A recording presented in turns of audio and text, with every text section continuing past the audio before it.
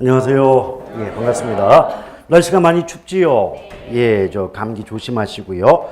자, 우리가 저번 시간에 88쪽까지 말씀드린 것 같습니다. 그러면 자, 89쪽에 5번 부동산 개발금융부터 들어가 보도록 할게요. 자, 개발금융을 보게 되면 일단 제가 저번에 말씀드릴 때 잠깐 복습을 하면 자, 소비금융이다 이렇게 말이 나오면 어떤 물건이 필요한 사람들에게 그 물건 구입에 필요한 자금을 빌려주는 경우가 소비금융이다 라고 말씀드렸습니다. 근데 어차피 우리는 그 부동산 쪽이니까요.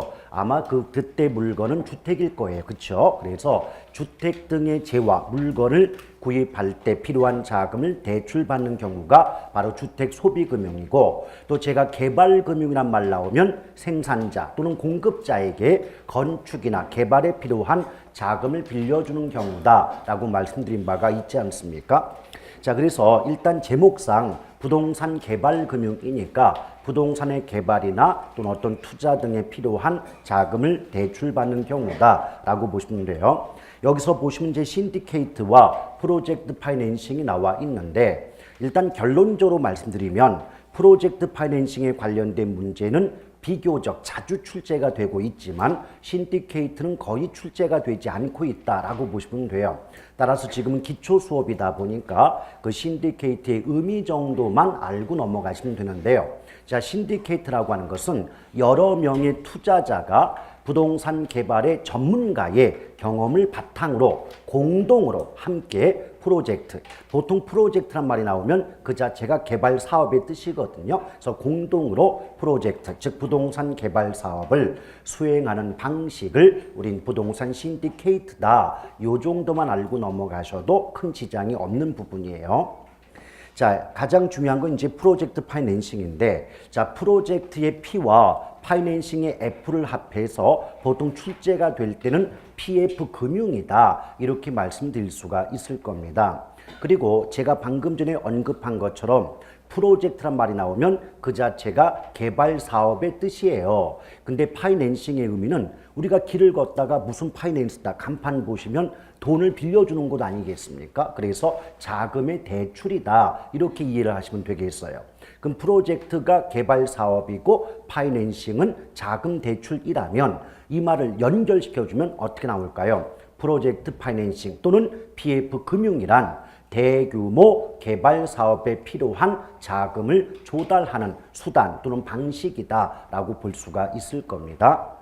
그런데 이 PF 금융 방식이 일반적인 대출과는 근본적인 차이점이 한 가지 있다는 거죠. 우리가 보통 은행 가서 돈을 빌리고자 할 때는 뭐 땅이라든지 건물이라든지 이런 부동산을 담보로 제공하거나 아니면 돈을 빌리는 차입자의 신용 상태 등을 어떤 담보로 자금을 대출받는 게 일반적이지 않습니까? 그런데 PF 금융 방식은 어떤 부동산 등의 물적 담보나 차입자의 신용이 담보가 되는 것이 아니라 프로젝트, 즉 그 개발 사업으로부터 예상이 되는 사업성, 다른 말로 수익성을 담보로 자금을 조달하는 금융 기법을 우리는 PF다 이렇게 볼 수가 있어요. 그렇다면 이렇게 생각해 볼 수 있지 않겠습니까? 만약에 돈을 빌린 차입자의 신용이 빈약하거나 또는 부동산 등의 물적인 담보가 부족하다 할지라도 그 프로젝트, 즉 개발 사업으로부터 예상되는 수익성만 높다면 큰 돈을 빌릴 수가 있지 않냐 이 말이죠. 오케이? 이런 방식을 우리가 PF다라고 볼 수가 있겠습니다. 따라서 보통 문장 속에 기출문제를 분석해보면 PF 해놓고 어떤 부동산 등을 담보로 또는 차입자의 신용이 담보가 된다. 이런 말을 써가지고 틀리게 만드는 구조가 일반적이라는 거죠. 아시겠죠? 내 PF의 구조를 잠깐 살펴보게 되면 일단 어떤 특정한 프로젝트, 즉 개발 사업을 진행할 의사, 목적을 갖고 있는 사람을 개발업자라고 하겠죠. 그 개발업자를 우리는 보통 사업주다, 영어로 말하면 스폰서라고 표현합니다. 이 사업주가 특정한 개발 사업을 수행할 목적으로 설립하는 회사를 프로젝트 회사다 이렇게 말을 하거든요.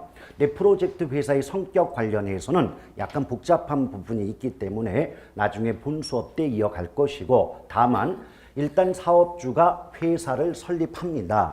근데 회사가 만들어진 이후에는 사업주와 프로젝트 회사는 아무런 관계가 없다고 보거든요. 즉 인연을 끊었다고 봅니다. 그래서 이런 상태를 신용절연의 상태에 있다 이렇게 말해요. 자, 절연의 뜻이 뭐예요?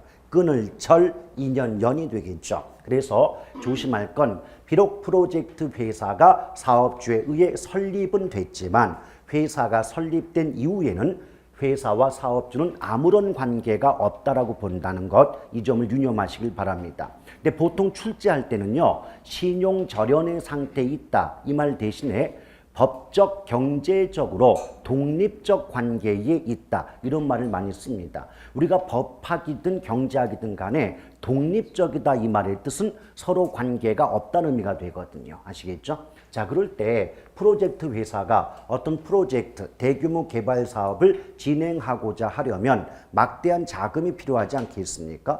근데 프로젝트가 별게 아니에요. 예컨대 무슨 뭐 부산 같으면 광안대교라고 있죠.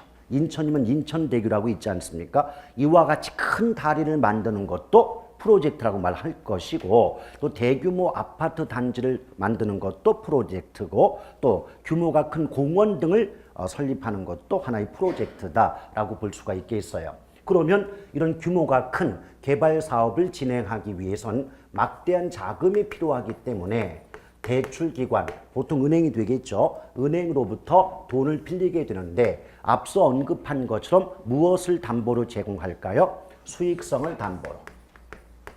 자, 수익성을 담보로 필요한 돈을 대출받는 구조가 바로 PF다라고 보시면 되겠습니다. 자, 그렇다면 이 대출 과정에 한번 중점을 두실 필요가 있는데 지금 이 대출 과정, 돈을 빌리는 과정 속에서 은행으로부터 돈을 빌린 건 사업주인가요? 프로젝트 회사인가요? 프로젝트 회사가 되는 거죠. 그럼 사업주가 빌린 거 아니죠? 그럼 사업주가 이 빚 갚을 의무 있어요? 없어요?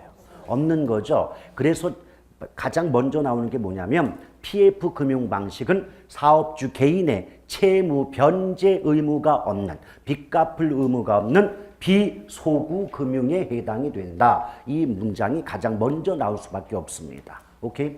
원래 비소구라는 말은 이제 법적으로 소송을 통해서 무엇인가를 요구할 수 없다는 의미인데 그런 뜻 자체를 물어보진 않으니까요. 걱정하지 마시고 PF 나오면 원칙이 소구입니까? 비소구입니까? 비소구다. 이렇게 볼 수가 있겠어요. 자, 그리고 또 하나 사업주의 빚이 아니니까 사업주의 회계장부상 부채, 빚으로 올라갈 이유가 있어요? 없어요? 없는 거죠. 오케이? 그럼 어때요? 사업주의 회계장부에는 빚이 없으니까 깨끗하지 않겠습니까? 그러면 사업주는 회사와는 별도로 그 깨끗한 회계장부를 들고 은행을 찾아간다는 거예요. 그래서 은행한테 보여줍니다. 봐, 깨끗하지? 나 빚 없다? 이렇게 나온다는 거죠. 그럼 어떡할까요? 자, 은행 입장에선 상대방이 빚이 많으면 빚이 너무 많아서 저희가 돈을 못 빌려드릴 수가 없겠습니다 라고 하겠지만 사업주 회계장부상 부채, 빚으로 올라가지 않기 때문에 아직 빚을 끌어올 만한 여유가 있네 이렇게 판단이 되면 돈을 안 빌려줄 이유가 없지 않습니까? 그렇죠? 그럼 사업주는 회사와는 별도로 또 다른 빚을 끌어올 수가 있을까요? 없을까요? 있겠죠. 오케이? 이걸 뭐라고 하냐면 사업주 입장에서 부외 금융 효과가 발생함에 따라 채무 수용 능력이 제고된다 이런 말을 써요. 그럼 채무 수용 능력이 뭐냐? 우리가 아는 말로 바꾸면 또 다른 빚을 끌어올 수 있다는 것이고 제고된다는 건 그 능력이 커진다는 의미가 됩니다. 이해가시겠어요? 다시 한번 이 빚은 이 돈은 누가 빌렸다고요? 회사가 빌렸어요. 그럼 사업주의 빚이 아니죠. 그럼 사업주의 회계장부에 빚으로 올라가지 않으니까 회계장부상 깨끗해요. 그럼 그 깨끗한 장부를 가지고 은행을 찾아가서 회사와는 별도로 또 다른 빚을 끌어올 수가 있지 않느냐. 이런 효과를 부외 금융 효과다. 이렇게 말씀드릴 수가 있을 겁니다. 이해 가시겠어요? 예. 자, 그렇게 보실 것. 그리고 또 하나, 지금 회사가 수익성을 담보로 돈을 빌리지 않았습니까? 그럼 만약에 대규모 아파트 단지를 건설하는데 그 아파트 단지 건설 사업으로부터 예상되는 수익이 100억이었다. 그럼 100억의 수익성을 담보로 제공하고 은행으로부터 50억을 대출을 받았다라고 가정을 한번 해보자는 거예요. 그럼 은행 입장에서 우리의 미래는 확실합니까? 불확실합니까? 불확실하겠죠. 그럼 어떤 상황이 발생하면 자, 100억의 수익이 예상이 돼서 돈을 빌려줬는데 막상 뚜껑을 열어보니까 어때요? 30억의 수익밖에는 안 나오더라는 거예요. 그럴 경우가 있지 않겠습니까? 그럼 30억의 수익만 나온다면 50억을 빌려준 은행 입장에서는 이자 수입은 고사하고 빌려준 원금까지 잘못하면 회수하지 못할 수가 있지 않냔 말이죠. 오케이? 그럼 이런 상황에서는 은행 입장에선 PF 방식으로 대출해 주는 것이 대출에 따른 위험이 높을까요? 낮을까요? 높겠죠. 그럼 은행 거의 공식이에요. 은행 입장에서 위험 높지 않습니까? 그럼 무조건 대출 금리를 높게 높게 적용하는 거죠. 오케이? 그래서 나오는 말이 뭐냐면 PF 금융 방식으로 대출이 이루어지는 경우 일반 기업 금융에 비하여 대출 기관의 위험이 높음에 따라 고금리가 적용된다. 이렇게 말이 나오는 거죠. 오케이? 여기까지 이해 가십니까? 자, 그런데 말이죠. 이 부동산 개발 사업이 프로젝트가 성공적으로 수행이 된다면 워낙 높은 금리를 적용해서 대출이 이루어지기 때문에 금융기관 입장에선 막대한 이자 수입을 얻을 수가 있어요? 없어요? 있겠죠. 바로 그런 막대한 이자 수입을 얻을 수 있다는 장점이 있기 때문에 대출기관은 위험에도 불구하고 이런 방식으로 대출을 해주고 있더라는 겁니다. 이해 가시겠습니까? 오케이? 자, 지금은 기초 수업이니까 요 정도만 하고 마무리를 짓도록 하겠습니다. 요게 뼈대고요. 여기서 기본 수업 때 이제 여러 가지 내용들을 한번 쭉 연결을 시켜볼 수가 있을 겁니다. 자, 그 다음 우리나라의 주택금융제도라고 해가지고 공공주택금융제도에서 주택도시기금이 나오는데 여러분 그 혹시 예전에 국민주택기금이란 말씀 들어보신 적 있어요? 예. 근데 그 국민주택기금이 이제 주택도시기금으로 바뀌었는데 그 주택도시기금은 원래의 국민주택기금의 역할보다는 훨씬 그 역할 규모가 커졌다. 요 정도만 보시면 돼요. 왜냐면 과거의 국민주택기금은 저소득층의 어떤 전세자금이라든지 또는 주택구입자금 대출에 중점이 있었다면 주택도시기금은 그 역할은 물론이고 도시 재생 사업에 또 중점을 두는 이런 역할이 확대가 됐다라고 볼 수가 있는데요. 이런 것들이 이제 바뀌면 문제가 되는데 재작년에 바뀌었거든요. 근데 2년 연속 출제가 안 되고 있습니다. 그래서 앞으로 제가 볼 때도 주택도시기금의 어떤 구체적인 내용은 출제가 될 가능성이 좀 적지 않겠나 이렇게 예상하고 있습니다. 그래서 주택도시기금은 하나의 참고 자료로 나중에 기본서에 나오거든요. 그때 보시면 되겠고요. 자, 그 다음 나머지 뭐 민간주택이나 또 우리나라 주택금융의 특성도 역시 큰 문제로서의 중요성은 없는 부분이에요. 자, 그러면 이제 부동산 증권론 나오는데 1번에 보면 저당 채권의 유동화란 말 나와 있죠. 이게 금융론 쪽에서 이 부분이 블랙홀이에요. 여기만 넘어가면 나머지 금융론 파트 이렇게 어렵지가 않은데 우리 전 시간에도 배웠지만 뭐 고정금리, 변동금리, 뭐 원리금, 균등 이런 거 보셨을 때 아주 뭐 이해가 불가능하다 이렇게 어려운 내용은 아니었지 않습니까? 그래서 금융론 전체는요 투자론에 비해서 전반적으로 좀 쉬운 편인데 요 저당 유동화 부분이 조금 이해가 어렵다는 거죠. 그래서 좀 집중해서 들어주시길 바랍니다. 근데 여기 나와 있는 내용 보지 마시고 제 말씀 한번 들어보세요. 여러분 그 부동산 관련 대출은 대출 기간이 길어요, 짧아요? 길어요. 기본이 막 10년 이상 다니거든요. 그렇죠. 그런데 이 장기 대출이라는 조건은요. 돈을 빌리는 차입자 입장에선 빚을 갚는 부담이 줄기 때문에 유리한 조건입니다. 근데 돈을 빌려주는 대출자, 은행 입장에선 이거 목돈을 한 번 빌려주었는데 그 빌려준 목돈을 전액 회수할 때까지 시간이 오래 걸린다는 의미가 되거든요. 여기까지 가시겠죠? 그러면 어떤 현상이 발생하냐면 목돈이 오랜 기간 동안 묶여서 움직이지 않는 현상이 발생한다는 겁니다. 이걸 묶여있다, 움직이지 않는다라고 해서 자금의 고정화 현상이 발생한다 이렇게 표현하고 있거든요. 오케이? 지금 제가 말씀드린 것들은 본 수업 가면 다 필기해요. 필기하는 건데 기초니까 일단 귀로만 한번 들어보시라는 뜻이에요. 그럼 자금의 고정화 현상이 발생하면 어떤 결과가 나오냐면 시간이 가면 갈수록 내가 돈이 부족합니다. 돈 좀 빌려주세요. 손을 내미는 사람은 계속 늘어나는데 은행 입장에선 한번 목돈 빌려주고 나면 그 빌려준 목돈이 돌아올 줄을 모르니까 빌려줄 돈이 남아돌까요? 부족해질까요?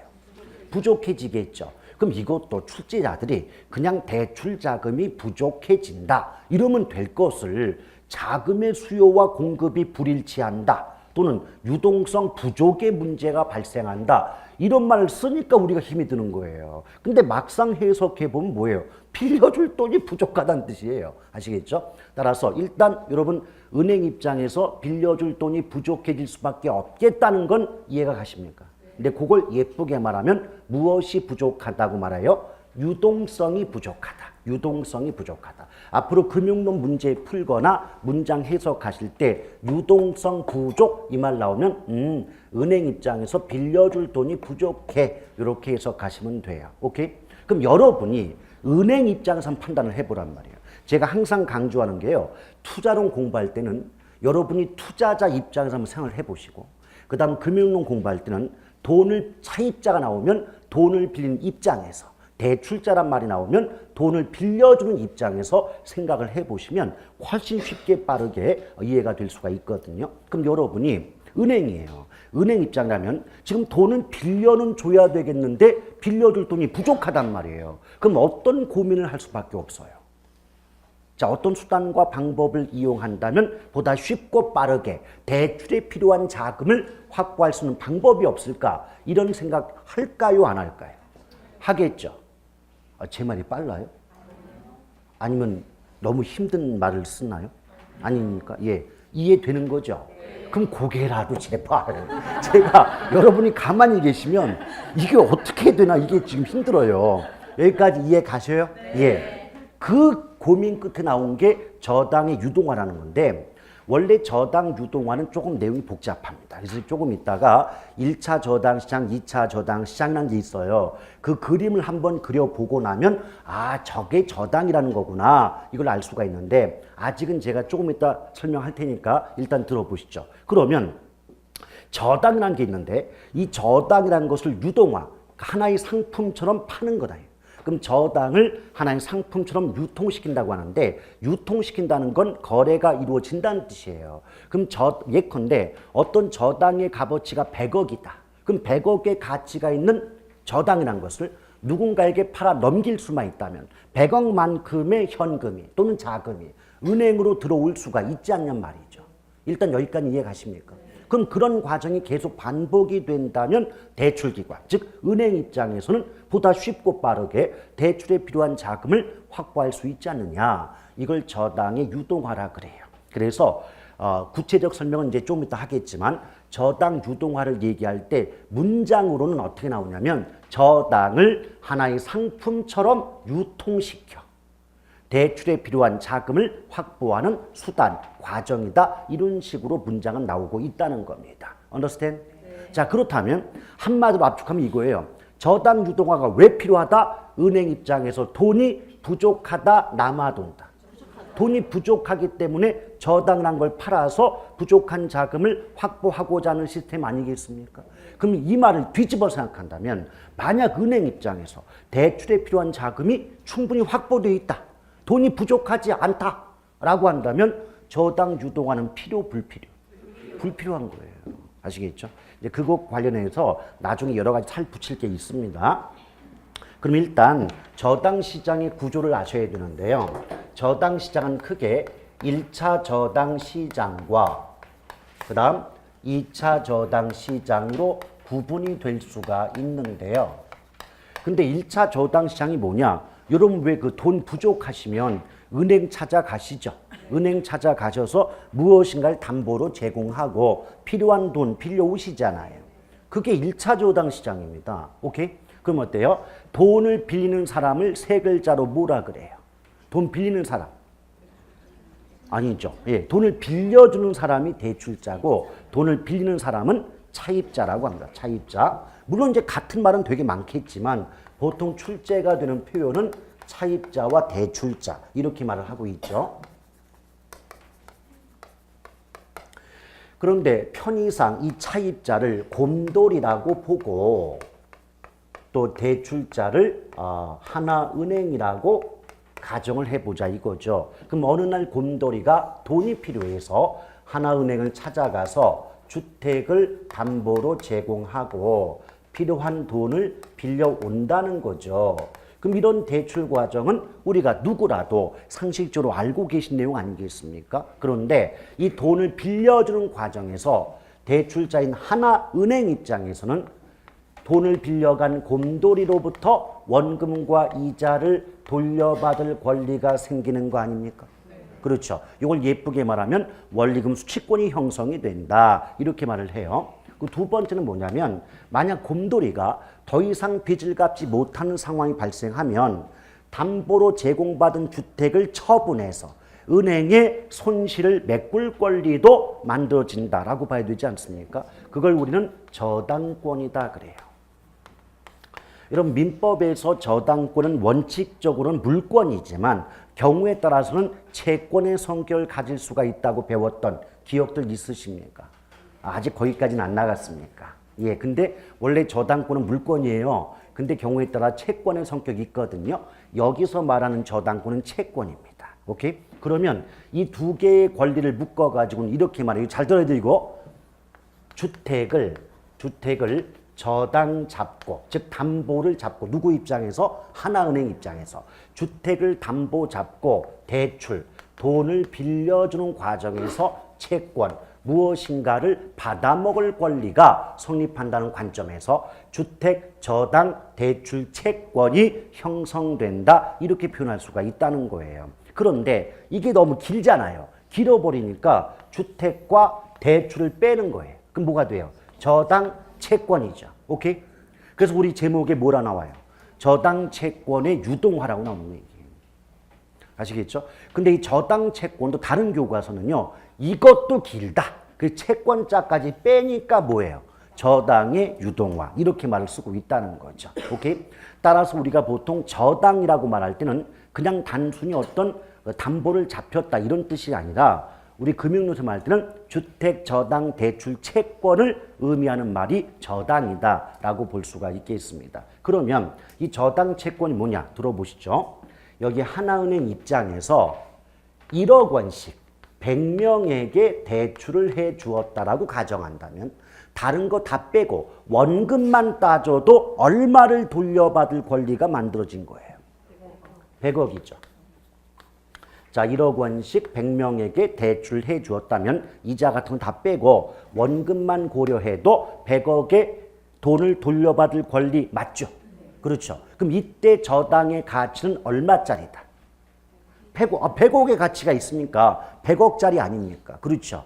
근데 은행, 즉 대출기관 입장에선 100억의 가치가 있으니까 이 저당은 그 자체가 자산입니다.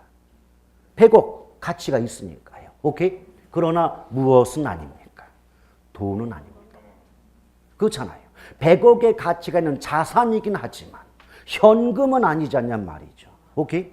그렇다면 이 100억의 가치가 있는 이 자산, 저당을 누군가에게 팔아 넘길 수만 있다면 누군가로부터 100억의 현금이 하나은행으로 들어올 수가 있을 것이고 그만큼 하나은행 대출기관 입장에선 보다 쉽고 빠르게 대출에 필요한 자금을 확보할 수가 있지 않냐는 얘기죠.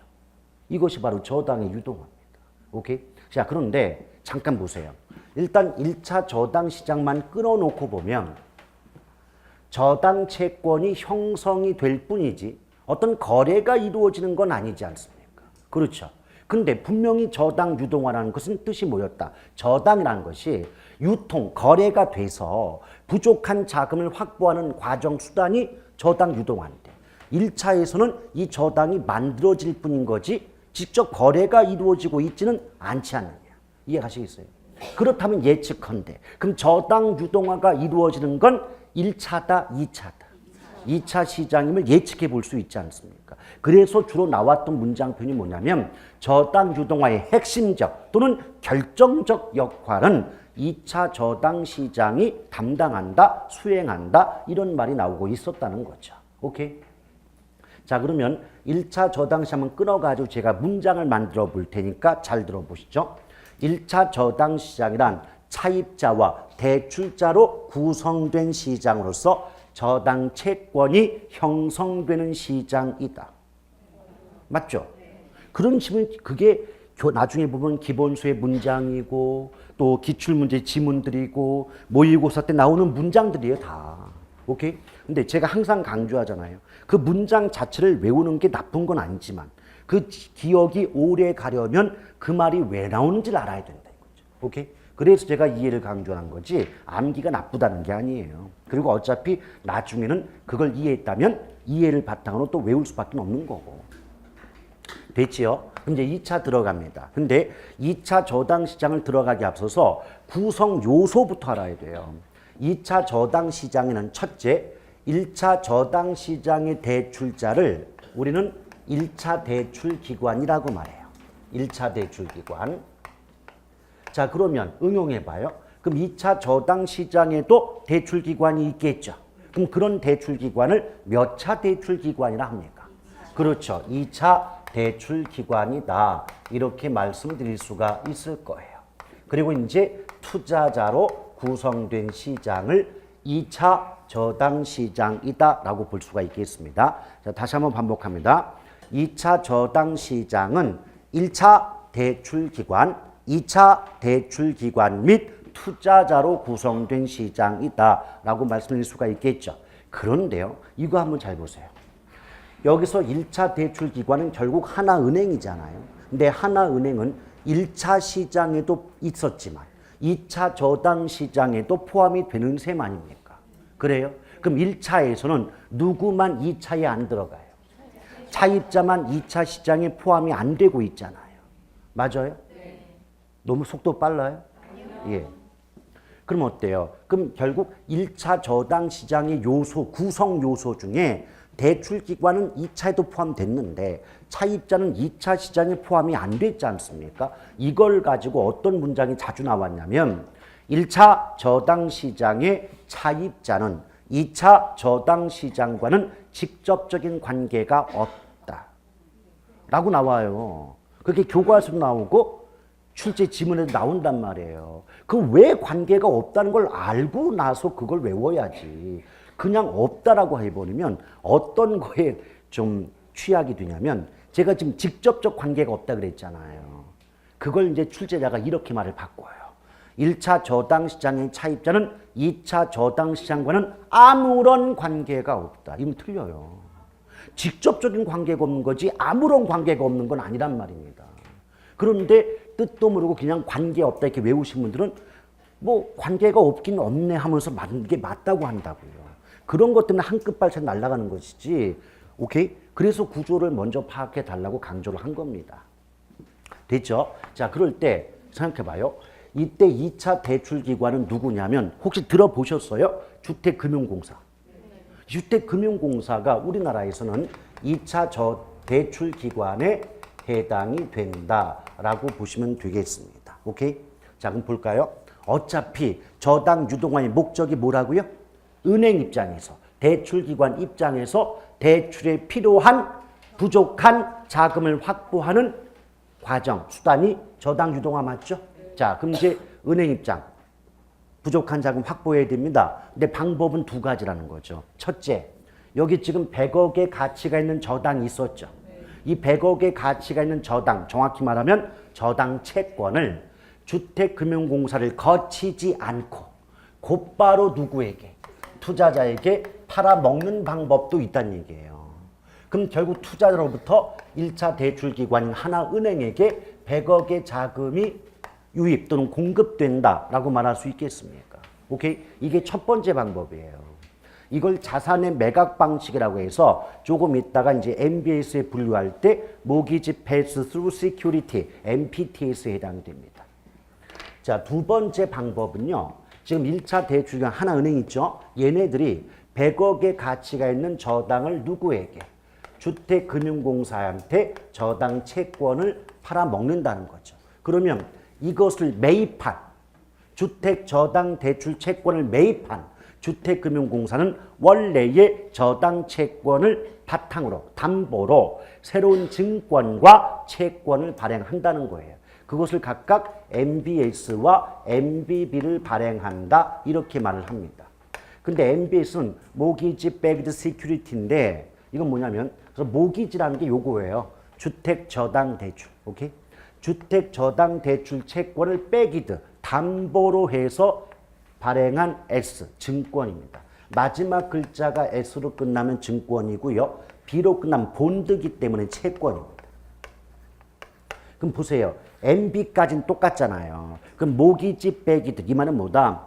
1차 저당 시장에서 만들어진 요 저당 채권을 담보로 발행한 증권. 이걸 담보로 발행한 채권. 이게 MBS와 MBB의 뜻이에요. 오케이? 자, 그런데 깊숙한 내용까지 모르셔도 괜찮으니까 너무 겁먹을 필요 없어요. 어쨌든 이런 새로운 상품 만들잖아요. 그럼 주택금융공사가 새로운 증권과 채권을 발행할 때 이런 상품의 수익률이 투자자가 원하는 요구 수익률보다 크다면, 높다면 투자자들은 이런 MBS나 MBB라는 상품에 투자를 할까요? 안 할까요? 하겠죠. 내가 원한 수익보다 수익이 높은데 투자할 거 아니겠습니까? 그럼 투자자들이 이런 상품에 투자를 한다는 건 투자자들로부터 이 상품, 증권, 채권을 발행한 주택금융공사로 자금이 흘러 들어온다는 말과 같지 않아요. 주택금융공사에 자금이 들어오겠죠. 맞아요. 그럼 이렇게 주택금융공사로 들어온 자금은 주택금융공사를 거쳐서 또다시 어디로? 1차 대출 기관으로 공급이 되는 구조다 이 말이에요. 오케이? 그러니까 지금은 처음이기 때문에 제가 그림을 그리니까 좀 더 복잡해 보이는데 결국 이겁니다. 저당 유동화가 뭐라고요? 저당을 팔아서 부족한 자금을 돈을 확보하는 과정 맞죠? 근데 은행 입장에서 그 부족한 돈을 확보하는 방법은 두 가지다. 첫째, 주택금융공사 안 거치고 곧바로 투자자에게 팔아서 부족한 돈을 확보하는 방법도 있고, 둘째는 주택금융공사를 거쳐서 부족한 돈을 확보하는 방법 두 가지가 있다는 의미가 돼요. 이해가시겠습니까? 오케이? 그러면 분명히 이 거래 과정을 통해서 1차 저당 시장에선 저당 채권, 줄여서 저당이 만들어질 뿐이고 이 저당이 투자자와의 사이에서 거래가 이루어짐으로써 부족한 자금을 확보하는 과정은 몇 차에서 이루어져요? 2차에서 이루어지는 거 맞죠? 맞아요? 자, 1차는 저당이 만들어지는 시장, 2차는 저당이 거래가 이루어지는 시장. 오케이? 그래서 아까 언급한 것처럼 저당 유동화의 결정적, 핵심적 역할은 몇 차 시장이 담당한다? 2차 시장이 담당한다. 이렇게 보시면 되겠습니다. 아시겠죠? 근데 여기까지는 그나마 블랙홀이 아니에요. 어디가 블랙홀이냐면 요 MBS 나왔잖아요. 그 MBS의 종류가 한 4가지 정도 있는데 그거 배울 때 처음에는 듣도 보도 못한 영어 약자가 막 나오니까 오, 저게 뭐냐? 이런 식으로 많이 힘들어 하십니다. 근데 설명을 하는데요. 나중에 도저히 이해가 안 가시면 기본서나 이런 요약집에 써 있는 거 그것만 외워도 답은 맞춰요. 그러니까 걱정하지 마시고 일단 한번 들어보세요. 아침은 다들 드시고 오신 거예요? 네, 너무 힘이 없어 보이셨어요. 자, 그럼 볼까요? MBS 그랬는데 이걸 이제 약자로 줄이면 주택저당증권이라고 말을 해요. 주택저당증권. 근데 원래대로 하면 주택저당대출채권담보부 증권인데 그렇게 문제 냈다간 그 문장 읽는 순간에 그 멘붕이 오는 바람에 보통 주택저당증권 그럽니다. 근데 이 속에는 어떤 게 있냐면 첫 번째 NPTS, 두 번째 MBB, 세 번째 MPTB, 네 번째 CMO. 이렇게 이제 4가지 유형으로 구분해 볼 수가 있다는 건데요. 일단 명칭을 붙이면 Mortgage Pass-Through Security라고 해서 얘는 이체증권이라고 말해요. 이체증권. 물론 다른 명칭이 하나 더 있지만 그런 것은 나중에 살 붙여드릴 거고, 그 다음에 MBB, 자, B로 끝났잖아요. 제가 앞에서 B로 마지막 글자가 B로 끝나면 뭐라고요? 채권이에요. 그래서 MBB는 저 약자로 줄이면 저당 채권인데 이게 한번 정식 명칭 나오는 바람에 우리 수험생들께서 학을 떼었던 적이 한 번 있습니다. MBB의 정식 명칭이 뭐냐면 잠깐 복습. 1차 시장에서 주택 저당 대출 채권 만들어진 거 맞죠? 그럼 MBB는 이것을 담보로 해서 발행한 채권이거든요. 오케이? 그래서 정식 명칭은 주택 저당 대출 채권 담보부 채권이에요. 오케이? 근데 생각해봐요. 이런 것들 평소에 어려웠어도 계속 말씀해보고 봐왔던 분들은 나와도 어렵지가 않은데 맨날 줄여서 저당 채권 이렇게만 공부를 하셨던 분들은 이렇게 나오면 원래 정식 명칭 나오면 멘붕 오겠죠. 실제 멘붕이 왔다니까 진짜로. 예. 그래서 그때도 제가 원래 정식 명칭 이렇습니다 라고 하면 뭐라고 막 댓글이 달리냐면 뭐 이렇게 어렵게 하냐, 나는 열받아 죽겠다 뭐 이렇게 해가지고 어쩔 수 없이 그럼 알았어요, 저당 채권 하세요 했더니 이렇게 나왔어요, 문제가. 그래서 앞에 있는 사람이 좀 어렵고 버겁지만 어떤 말을 하는 것은 다 이유가 있거든요. 이유가 있는데 그걸 자의적으로 판단을 하십니다. 그래서 저건 아니야, 난 이렇게만 할래 이러신다고요. 그래서 그게 좀 개인적으로 좀 많이 안타깝습니다. 자, 어쨌든 이게 원래 정식 명칭은 주택 저당 대출 채권 담보부 채권이에요. 예, 좀 힘드셔도 계속 입으로 한번 말씀해 주시는 습관 필요하겠습니다. 그 다음에 MPTV, 요게 참 재밌는데 얘도 같은 말이 되게 많아요. 저는 그냥 저당 직불 채권 하겠지만 나중에 같은 말을 또 알려드리는데 다른 교과서에는 현금 수지 채권 이렇게 쓰는 교과서도 있고 또 다른 교과서 또는 기출문제에서는 저당 대출 자동이체 채권 이렇게 문제를 내는 경우도 많아요. 그러니까 같은 말이 되게 많다는 거 나중에 알려드리겠습니다. 그 다음에 CM은 이제 다계층 채권인데요. 얘는 다계층 채권이어야 맞는데 경우에 따라서 증권이란 말을 혼용하기도 한다는 거죠. 자, 어쨌든 이렇게 나옵니다. 근데 여러 가지 뭐 누가 어떤 위험 부담한다 이런 말들이 있는데 가장 중요한 건 뭐 발행 형태도 있고 성격도 있지만 가장 중요한 건 어떤 위험을 누가 부담하느냐 이 부분이 시험에 가장 자주 나와요. 일단 MBS와 관련된 위험은 크게 두 가지로 볼 수가 있는데 첫째는 조기 상환 위험이고요. 두 번째는 채무 불이행 위험이다 라고 보시면 돼요. 자, 그런데 이거 하나 조심하셔야 돼요. 지금 예컨대 MPTS의 경우는 조기 상환 위험을 투자자가 부담한다 이렇게 말 나오거든요. 그런데 투자자이건 발행자이건 간에 누가 어떤 위험을 부담한다는 것은 그 위험과 관련된 권리를 보유한다는 말과 같습니다. 아시겠죠? 그러니까 한마디로 압축하면 권리가 있어야 위험도 보유합니다. Understand? 그런데 이때 조기 상환 위험은 어떤 권리와 관련이 있냐면 원리금 수취권과 관련이 있다는 거예요. 왜 그럴까요? 여러분 조기 상환의 뜻이 뭐예요? 조기 상환. 그렇죠. 빨리 갚는다. 만기 되기 전에 빚 갚는다. 이런 뜻 아니겠습니까? 그렇죠. 그런데 은행 입장에서는요. 3년 만기로 돈을 빌려준다는 건 3년 동안 이자를 받아 먹겠다는 게 목적이었는데 차입자 상대방이 2년 만에 미리 빚을 갚아버리면 나머지 1년 동안 얻을 수 있는 이자 수입을 포기당한 셈 아닙니까? 희생당한 거죠. 그러니까 조기 상환 위험이죠. 근데 그것은 원금 이자 받아먹을 권리와 관계가 있지 않냔 말이에요. 오케이? 그리고 채무 불이행은 어떤 뜻이에요? 빚 못 갚는 거죠. 빚 못 갚아요.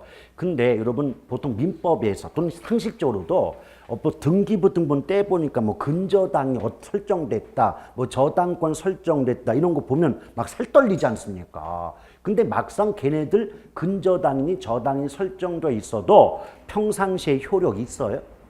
없어요. 평상시에는 아무것도 없어요. 근데 채무 변제 기일, 즉 빚을 갚을 그 날짜에 빚이 갚아지지 않으면 폭풍이죠. 오케이?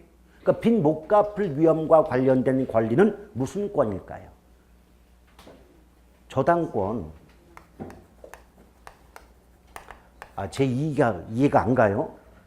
제가 조금 전에 근저당이다 저당권이다 설정되었어도 빚 갚지 못하기 전까지는 아무런 효력이 없다 그랬잖아요. 근데 채무 변제 기일, 빚 갚는 그 날짜에 빚이 갚아지지 못하면 저당권이 발동하는 거 아닙니까? 그래서 빚을 갚지 못할 위험과 관련된 권리는 뭐라고요? 저당권. 그러니까 제가 이 말씀 왜 드리느냐? 투자자가 됐건 발행기관이 됐건 원리금 수취권을 가지고 있는 쪽이 조기 상환 위험을 부담하는 거고 저당권을 갖고 있는 쪽이 채무 불이행 위험을 부담하는 이 구조란 말이에요. 아시겠죠? 권리가 있어야 위험도 부담한다는 것. 오케이? 그럼 MPTS는요. 모든 위험을 누가 부담하냐면 투자자가 부담을 한다는 거예요. 그럼 이 말을 바꾸면 결국 MPTS의 투자자는 원리금 수취권도 갖고 있고 저당권도 갖고 있다는 의미가 돼요. 왜 이런 구조가 나올까요, 여러분? 아까 제가 복습합니다. 지금 1차 대출기관 은행 입장에서 부족한 자금을 확보하는 방법 첫 번째가 뭐라 그랬어요? 곧바로 100억의 가치가 있는 저당을 투자자에게 팔아먹음으로써 100억의 현금을 확보한다 그랬잖아요.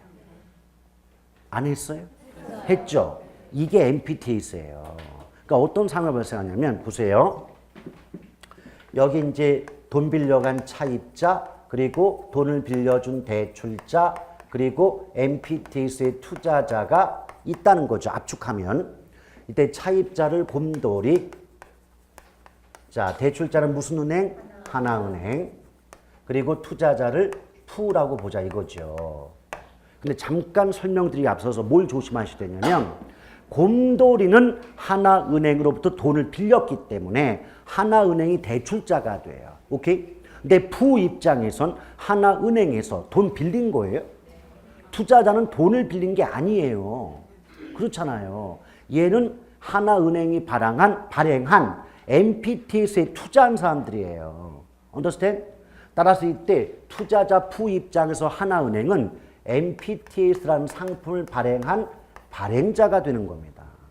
이해가시겠어요? 자, 다시 한번 같은 하나은행인데 이 하나은행이 돈을 빌려주는 입장에선 대출자지만 MPTS를 발행한 입장에선 발행기관이 되는 겁니다. 오케이?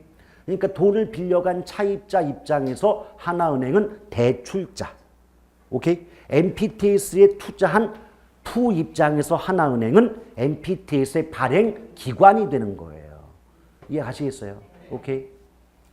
그럼 보세요. 나머지는 똑같아요. 자, 이제 주택 담보 제공하고 필요한 돈 빌렸대요. 맞죠? 그런데 은행에 돈이 부족하대요. 아까 그 원리금 수취권, 저당권이 만들어지는데 하나은행 입장에서 대출에 필요한 자금이 부족하다. 그러면 이 원리금 수취권, 저당권의 합이 바로 뭐다? 저당채권. 줄여서 저당 맞지요? 그럼 만약 이 저당의 값어치가 1억이라면 이 저당을 팔면 투자자 프로부터 대출기관 또는 발행기관인 하나은행에게 1억의 현금이 들어가는 거 맞죠? 네. 팔아먹었죠? 네. 그럼 원리금 수취권, 저당권 모두가 누구에게? 투자자에게 넘어갔잖아요. 그러니 원리금 수취권과 관계된 조기 상환 위험, 또 저당권과 관계 있는 채무 불이행 위험도 결국은 누구의 부담으로 넘어간 거다. 투자자의 부담으로 넘어간 거죠. 아니 구조가 이러니까 당연히 위험을 누가 부담할 수밖에 없는 겁니까? 투자자가 부담할 수밖에 없는 구조다 이 말이에요. 이해가시겠어요? 그런데 한번 들어보세요 여러분. 아 그러면 이게 원리금 수취권 저당권의 합 저당을 투자자 푸에게 팔아 넘겼으니까 모든 권리가 투자자에게 넘어갔고 그렇다면 결과적으로 그 권리와 관계 있는 위험도 투자자의 부담으로 넘어간 셈.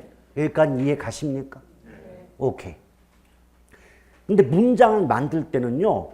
전혀 엉뚱하게 만든다는 거죠. 한번 들어보시고 오해해서 한번 답해 보세요. 틀려도 괜찮으니까. MPTS의 발행기관은 관련 위험을 투자자에게 전가한다. 맞죠? 투자자에게 위험을 전가하니까 결과적으로 위험을 투자자가 부담하게 되지 않습니까? 맞아요. 그럼 NPTS의 발행 기관은 관련 위험을 부담하지 않는다. 왜? 다 넘겼으니까. 다 넘겼다는 말이나 자기는 위험을 부담하지 않는다는 말이나 똑같은 말 아닌가요? 오케이? 그러면 투자자 입장에서 위험이 가장 높은 MBS는 NPTS이다. 왜? 투자자가 모든 위험 다 부담하잖아요. NPTS는. 그러니까 나머지 보셔야 아시겠지만 어찌됐든 투자자가 모든 위험을 부담하는 게 NPTS니까 여러 MBS 중에서 가장 투자자 입장에서 위험이 높은 MBS가 NPTS다. 이런 말 가능할 수 있지 않겠습니까? 맞아요. 그럼 한 가지만 더 해볼게요. NPTS의 발행기관은 원리금 수취권 및 저당권을 투자자에게 이전한다. 권리를 넘겨줬으니까, 팔아 넘겼으니까 위험도 넘어가는 거 맞죠? 그럼 결국 문장을 지금 저는 아꼈어요. 한 6, 7개가 되는데 지금 4개만 말을 했지만 표현 자체는 다르죠. 표현 자체는 다르지만 그 문장을 해석해 보면 내용은 전부 같은 말 아닌가요? 이해하시겠어요? 내가 위험 부담 안 한다는 말이나 상대방 위험 다 부담한다는 말이나 상대방 위험 다 넘긴다는 말이나 권리 다 넘긴다는 말이나 나는 권리 안 갖고 있다는 말이나 전부 해석해보면 똑같은 말이 되겠죠. 오케이? 이런 것들이에요. 근데 이런 것들 중에 어떤 문장으로 문제를 낼지는 누구도 모른다는 거죠. 근데 막상 어때요? 내용을 이해하게 되면 그 모든 것들이 금방 같은 말인데 뭐 라고 해석이 되지 않습니까? 그러니까 굳이 그런 문장들을 외워야 되겠냐는 얘기죠. 됐죠? 그런데 여기 이제 MBB가 나오잖아요. 이렇게 보시면 돼요. 공부하실 때 MBB가 나오면 NPTS와 정반대. NPTS와 정반대 구조가 뭐라고요? MBB. 그렇다면 모든 위험을 누가? 예, 발행자가 또는 발행기관이. 그럼 여러분 생각해봐요. MBB의 경우 모든 위험을 발행기관이 부담하게 된다는 건 모든 권리도 누가 보유한다는 뜻일까요? 발행자가 보유한다는 뜻이 되겠죠. 그 말은 MBB는 발행기관이 투자자에게 위험을 전가해요? 안 해요? 안 하죠. 또 MBB의 투자자는 원리금 수취권이 됐든 저당권이 됐든 어떤 권리를 보유해요? 안 해요? 안 하는 거죠. 오케이? 지금 제 입에서 나왔던 이 말들이 나중에 기출문제 풀어보세요. 전부 회차별로 나왔던 기출문제 지문들이에요. 근데 막상 해석해보면 똑같은 말들 반복한 건데 표현만 바꿨다 그 말입니다. 오케이? 자, 그럼 몇 가지 또 던져볼 테니까 가볍게 들어보시고 OX 한번 답변해 보시죠. MBB의 발행기관은 원리금 수취권 및 저당권을 투자자에게 이전하지 않는다. 맞죠? 그럼 이전하지 않는다는 건 그 권리 다 누가 갖고 있다? 발행자가 갖고 있다는 뜻이죠. 그러니 그 권리와 관련된 위험도 누가 다 부담한다. 그 말을 바꾸면 MBB의 발행자는 투자자에게 관련 위험을 전가하지 않는다.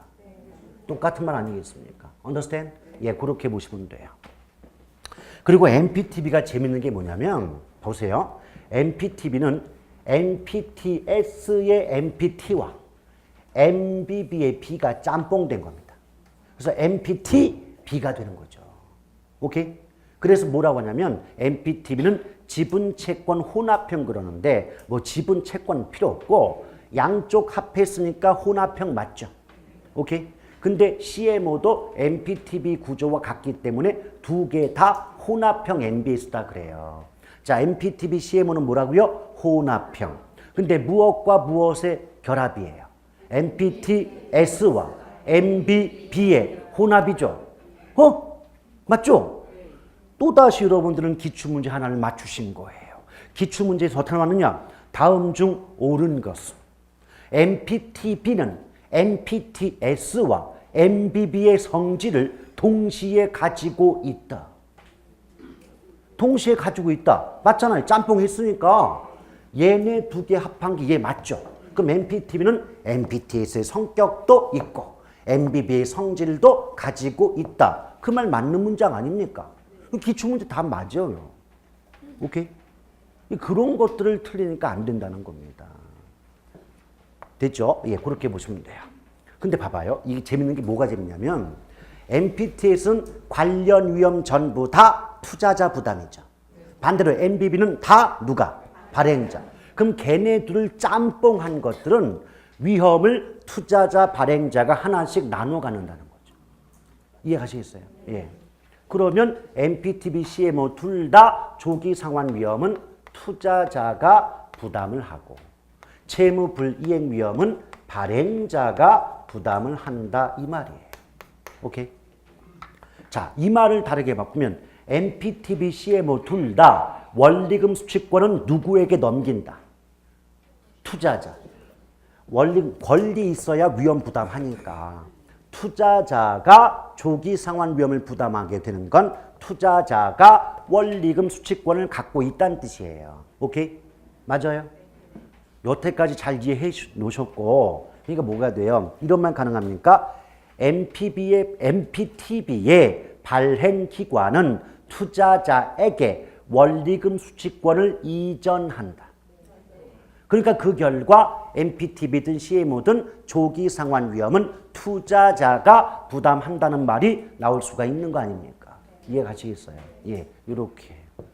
그래서 이게 처음에 보면은 하나하나 끊어 들을 때는 하는데 이걸 묶어가지고 비교해서 문장 만들면 어느 게 그거였지? 헷갈린단 말이에요. 이건 시간이 지나야 돼요.